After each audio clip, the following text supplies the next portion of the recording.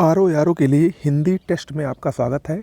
ये तीसरा टेस्ट है। इसके पहले 2 टेस्ट हमारे चैनल पर अपलोड हो चुके हैं, आप लोग उसको देख लीजिए। और ऐसे ही अभी आपको लगभग 20 टेस्ट और मिलेंगे, तो इसके लिए आप हमारे चैनल को सब्सक्राइब कर लीजिए। शुरुआत करते हैं। निम्नलिखित प्रश्नों में रेखांकित शब्दों के विलोम शब्दों को आपको चुनना है। पहला प्रश्न है, ईश्वर सब जगह व्याप्त है। इसमें व्याप्त का विलोम क्या होगा? व्याप्त का विलोम होगा अव्याप्त, यानी ऑप्शन सी इसमें सही होगा। दूसरा प्रश्न है, वैमनस्य का विलोम क्या है? वैमनस्य का विलोम सौमनस्य होता है। ऑप्शन ए इसमें सही होगा। थोड़ा तेज़ी से करेंगे जिससे आपकी समय की बचत भी हो और आपके 60 प्रश्न आसानी से तैयार भी हो जाएं। विद्वानों का सर्वत्र सम्मान किया जाता है। इसमें सम्मान शब्द का विलोम क्या होगा? देखिए, सम्मान का विलोम अपमान होता है। ओके, अच्छा, अगर सम्मानित आ जाए तो क्या होगा? सम्मानित का विलोम अपमानित होगा और सम्मान का विलोम अपमान होगा। ओके, अगला है, संसद में 11 बजे से प्रश्नकाल होता है। प्रश्न यहाँ पर अंडरलाइन है और प्रश्न का विलोम क्या होगा? प्रश्न का विलोम उत्तर होता है। ओके, तो इसमें ऑप्शन ए सही होगा, प्रश्न का विलोम उत्तर। अगला है, ये सब बेमेल चीज़ें हैं। बेमेल का विलोम क्या होगा? बेमेल का विलोम संगत होता है। ऑप्शन ए सही होगा, संगत। देखिए, मैं आपको बता दूं कि अभी आपको ये टेस्ट भले ही आसान लग रहा हो, लेकिन धीरे धीरे आपको कुछ और ऐसे टेस्ट मैं आपको दूंगा 5-6, जिसमें आपको लगेगा कि हाँ, ये एक अच्छे लेवल का टेस्ट है। हालांकि ये टेस्ट भी बहुत अच्छे हैं, क्योंकि आज के जो पेपर बनते हैं आर ओ यारो के, उसमें कोई ज़रूरी नहीं है कि आपके सारे प्रश्न कठिन आएँ। सरल और कठिन प्रश्नों का मिक्सचर रहता है। तो ऐसे ही आपको जो 20 टेस्ट होंगे, उसमें आपके सब कुछ कठिन से कठिन प्रश्न, सरल से सरल प्रश्न सब रखे जाएंगे। ओके, परेशान होने की ज़रूरत नहीं है। अगला प्रश्न है, यथार्थ मनुष्य को मानवीय मूल्यों का अनुसरण करना चाहिए। यथार्थ का विलोम क्या होता है? यथार्थ का विलोम आदर्श होता है। क्या होता है? आदर्श। ऑप्शन बी इसमें सही होगा। ओके, अगला है, वह व्यक्ति निश्चय ही बहुत संपन्न है। संपन्न का विलोम, देखिए, संपन्न का विलोम विपन्न होता है। ऑप्शन सी इसमें सही होगा। जगत का बाह्य रूप मिथ्या है। बाह्य का विलोम क्या होता है? बाह्य का विलोम आंतरिक होता है। क्या होता है? आंतरिक। बाह्य माने बाहर, आंतरिक मतलब अंदर। ऑप्शन सी इसमें सही होगा। अगला है, वक्र का निम्न में से कौन सा विलोम शब्द है? वक्र का सही विलोम ऋजु होता है। क्या होता है? ऋजु। ऑप्शन सी इसमें सही होगा। अगला प्रश्न है, रसों में श्रृंगार रस प्रधान रस है। रेखांकित शब्द का विलोम बताइए। प्रधान, प्रधान यहाँ पर रेखांकित है, तो प्रधान का विलोम गौड़ होता है। क्या होता है? गौड़। ऑप्शन बी इसमें सही होगा, याद रखिएगा। ओके, अगला प्रश्न है, मेरा लड़का आलसी है। आलसी रेखांकित पद है, इसमें कौन सा विशेषण है ये आपको बताना है। देखिए, आलसी में विधेय विशेषण होता है। क्या होता है? विधेय विशेषण। क्यों? क्योंकि ये लड़का के बाद आया है। क्या आया है? ये विशेष्य के बाद आया है। ओके, अगला प्रश्न, उत्कर्ष एक कुशाग्र बुद्धि है। उत्कर्ष एक कुशाग्र बुद्धि है, यहाँ कुशाग्र कौन सा विशेषण है? देखिए, उत्कर्ष एक कुशाग्र बुद्धि है, यहाँ पर कुशाग्र में गुणवाचक विशेषण है। ऑप्शन डी सही होगा, गुणवाचक विशेषण। ओके, गुणवाचक किसको कहा जाता है? वे विशेषण जो संज्ञा या सर्वनाम के गुण धर्म स्वभाव का बोध कराते हैं, उनको गुणवाचक विशेषण कहा जाता है। जैसे नया, पुराना, मोटा, पतला, कुशाग्र, भला, बुरा, झूठा, ये सब क्या हैं? गुणवाचक विशेषण हैं। अगला है, रमा सुशील कन्या है। सुशील, यहाँ पर रेखांकित पद है सुशील। सुशील में कौन सा विशेषण होगा? सुशील में विशेष्य विशेषण होगा। ऑप्शन सी सही है, विशेष विशेषण। देखिए, विशेष विशेषण जो विशेष्य के पहले आता है, उसको विशेष विशेषण कहा जाता है। ठीक है, पुस्तकें धड़ाधड़ बिक रही हैं। इसमें धड़ाधड़ में कौन सा रूप है? धड़ाधड़ शब्द ये क्रिया विशेषण है। कौन सा है? क्रिया विशेषण है। ऑप्शन ए इसमें सही होगा। अगला प्रश्न है, यह कलम किसकी है? इसमें रेखांकित पद में कौन सा विशेषण होगा? यह, ये देखकर ही लग रहा है कि ये सार्वनामिक विशेषण है। ऑप्शन बी इसमें सही होगा। राम बहुत तेज विद्यार्थी है। इस रेखांकित पद में कौन सा विशेषण है? बहुत। बहुत में अगर आप देखें तो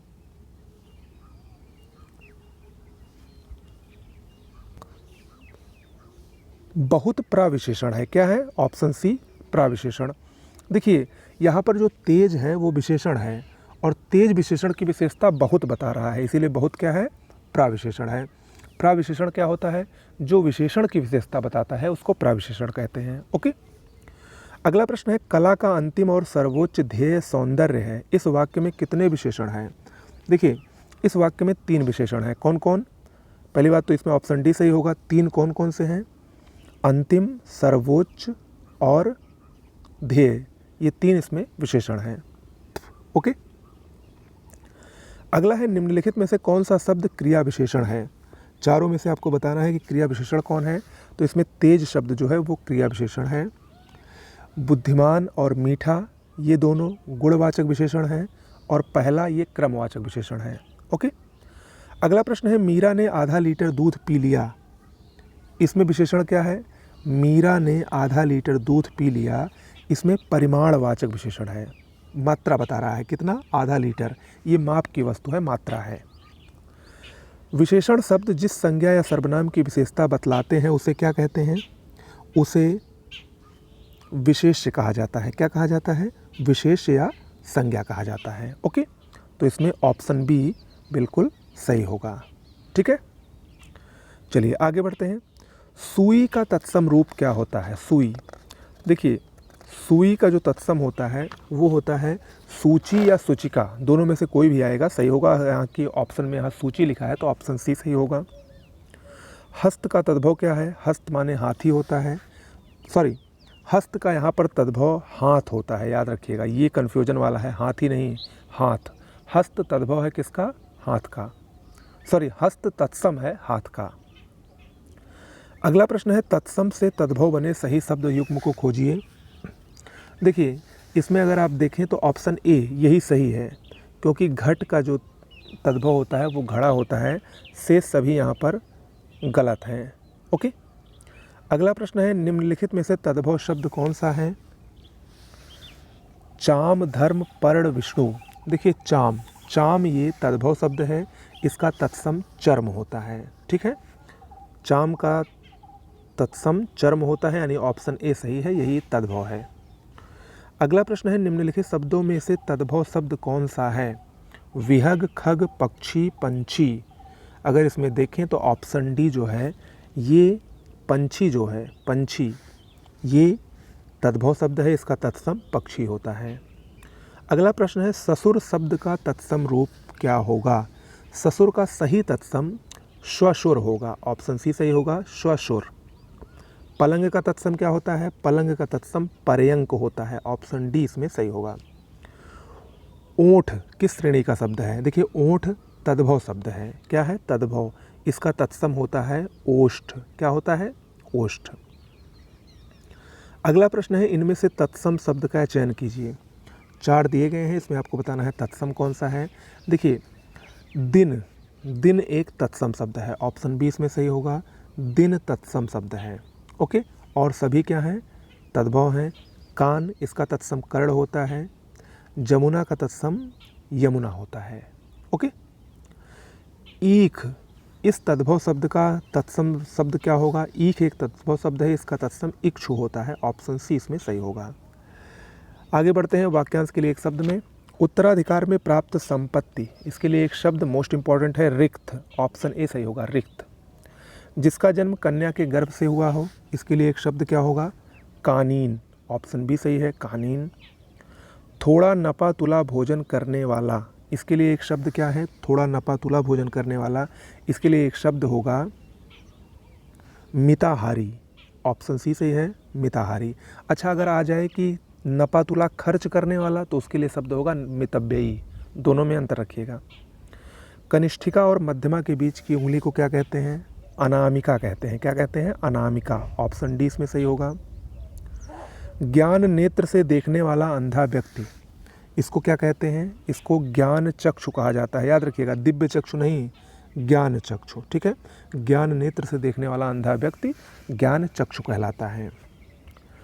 औदार्य दाता, इसके लिए एक वाक्य क्या होगा? औदार्य दाता के लिए एक वाक्य होगा जो सब कुछ उदारता से देना चाहता हो, यानी ऑप्शन बी।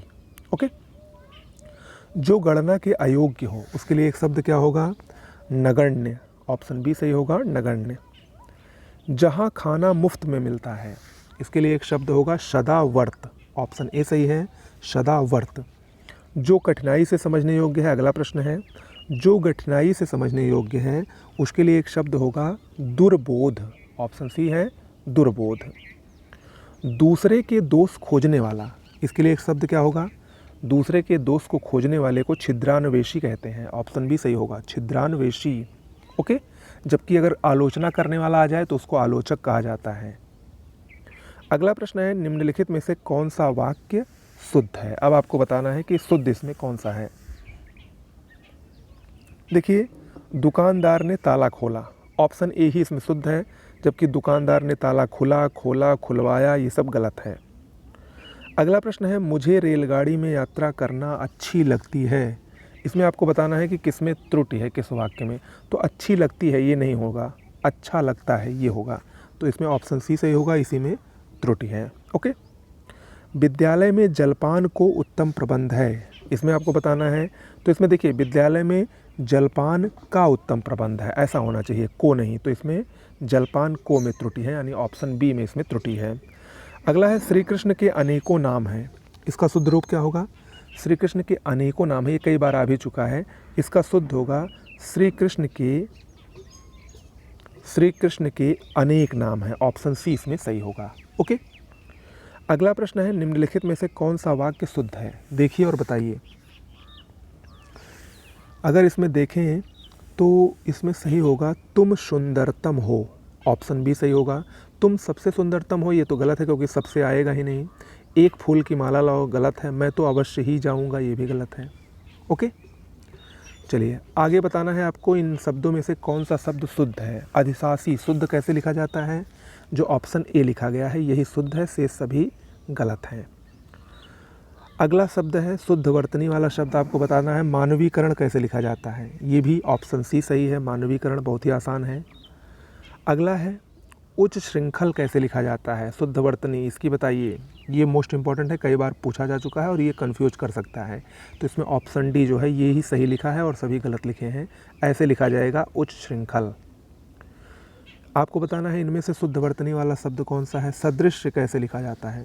देखिए, पहली बात तो सादृश्य नहीं होता है, सादृश्य होता है। तो ऑप्शन ए जो है यही सही है, शेष नहीं सही है। अगला है, सही वर्तनी वाले शब्द को चुनना है आपको। शारीरिक कैसे लिखा जाएगा? शारीरिक, शारीरिक, ऑप्शन सी। देखिए, शुद्ध वर्तनी वाले शब्दों को जितने लिख कर आप प्रैक्टिस करेंगे उतना ही अच्छा आपका तैयार होगा और वैसे ही आपकी प्रैक्टिस अच्छी होती जाएगी। ठीक है, तो लिख कर इसको प्रयास करें। अगला प्रश्न है, निम्न शब्दों में से एक शब्द भूतेश का पर्यायवाची नहीं है। भूतेश, भूतेश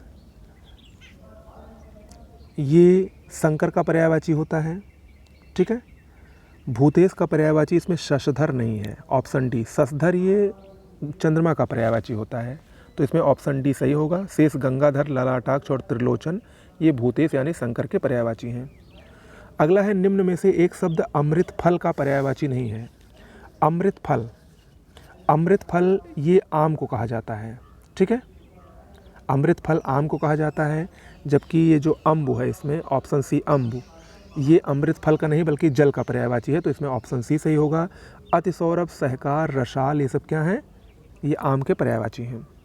अगला है, निम्नलिखित में से एक मुकुंद का पर्यायवाची शब्द नहीं है। मुकुंद माने क्या होता है? मुकुंद ये विष्णु को कहा जाता है। तो कमलेश, कमलापति, कमलाकांत ये क्या है? ये मुकुंद के पर्यायवाची हैं, जबकि कमलासन मुकुंद का पर्यायवाची नहीं है। ऑप्शन डी इसमें सही होगा। अगला है, निम्नलिखित में से एक स्वर्ण का पर्यायवाची शब्द नहीं है। स्वर्ण ये हेम, हाटक, कलधौत ये स्वर्ण के हैं, हिरण्य नहीं है। हिरण्य होता तो होता, हिरण्य ये स्वर्ण का पर्यायवाची नहीं है। अगला है, पर्यायवाची की दृष्टि से एक वर्ग शुद्ध है। बताइए, चारों में से देख के बताइए कौन सा इसमें शुद्ध है। तो इसमें अगर आप देखेंगे तो ऑप्शन बी, घर, निकेतन, आयतन और निलय ये चारों घर के पर्यायवाची हैं और यही शुद्ध है, जबकि शेष तीनों अशुद्ध हैं। इंद्र, रति, सहस्त्राक्ष, मधवा ये अशुद्ध है, ये भी अशुद्ध है, ये भी अशुद्ध है, तीनों में अशुद्ध है। ठीक है, ओके। क्योंकि अगर हम इसकी व्याख्या देखें तो इंद्र, सहस्त्राक्ष और मधवा ये इंद्र के पर्यायवाची हैं, जबकि रतीश नहीं है। ओके। यमुना, कालिंदी, भानुतनया और जाह्नवी, जाह्नवी ये गंगा का पर्यायवाची होता है और ये सब यमुना के हैं। वस्त्र, पाटक, अंबर, चीर, अंबर आकाश का पर्यायवाची होता है। ओके। अगला है निम्नलिखित में से एक समुद्र का पर्यायवाची शब्द नहीं है। समुद्र, इसमें ऑप्शन डी जलाधिप, जलाधिप ये वरुण का पर्यायवाची होता है, जो वैदिक देवता माने जाते हैं। ये समुद्र का पर्यायवाची नहीं है और शेष सभी समुद्र के पर्यायवाची हैं। अगला है निम्नलिखित में से एक नदी का पर्यायवाची शब्द नहीं है। देखिए, नदी में त्रिपथगा, ऑप्शन बी सही होगा। त्रिपथगा गंगा का पर्यायवाची है, जबकि निम्नगा, कुलंकषा और कुलवती ये सब क्या हैं, नदी के पर्यायवाची हैं। सरिता नदी को कहा जाता है। तरनी, लहरी, पैशुनी ये सब नदी के पर्यायवाची हैं। अगला है कौन सा शब्द घोड़ा का पर्यायवाची नहीं है। घोड़ा, बाज, तुरंग और है ये घोड़ा का पर्यायवाची है, जबकि शार्दूल घोड़ा का पर्यायवाची नहीं है। शार्दूल ये शेर का पर्यायवाची होता है। ओके। मीनाक्षी का पर्यायवाची शब्द है। देखिए, मीनाक्षी ये काफ़ी कंफ्यूजिंग वाला प्रश्न है। इसमें ए भी सही हो सकता है, बी, दुर्गा को भी मीनाक्षी कहा जाता है और सुंदरी को भी मीनाक्षी कहा जाता है। आयोग में जब ये प्रश्न आया था तो ए और बी दोनों ही उत्तर इसका सही था। ओके। कौन सा शब्द पन्नग का पर्यायवाची नहीं है। पन्नग माने सांप होता है, ठीक है। यहाँ पर तुरंग जो है, तुरंग पन्नग का पर्यायवाची नहीं है, तुरंग घोड़े का पर्यायवाची होता है।